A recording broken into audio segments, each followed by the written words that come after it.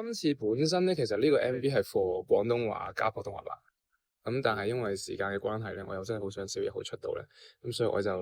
好大膽地提出咗三首拍咗另一個 version 先。今次國語版嘅中間嘅 music break，大家會聽到係同廣東話唔同，而呢段 music break 係我本身自己 demo 嘅時候已經係咁樣寫嘅，係一個比較長嘅 music break。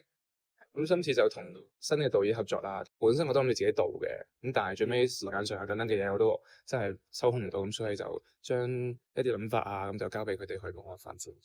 咁呢個故事就係講一對情侶啦，跟住嘅佢哋好多唔同嘅節日啊，好 sweet 啊，好開心啊，好多回憶啊，咁但係最尾都係敵不過離散啊，最尾都係分開，都有好多好明顯嘅一個畫面同要求俾導演，就係我好想喺 chorus 嘅時候係一啲比較好 sweet 嘅畫面，但係一去到慢嘅地方就即刻變翻一個人，即係我想諗個對比。首唱啦，老實講都有壓力嘅，咁但係都冇理由唔唱啦，係咪都好中意？咁但係希望俾大家 feel 到嗰種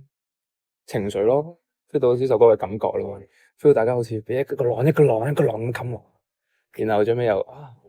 有一個平靜，然後最尾又即係有個起伏嘅。近排自己都有時都會想試下寫，但係都真係唔係咁容易出到一首話覺得滿意喎，都幾好喎。所以我諗都要真係慢慢繼續去培養呢個習慣，同埋多啲經歷咯。我中意嗰類歌都係慘情歌，咁所以可能唔開心會有助我去寫咯。咁但係我又唔想唔開心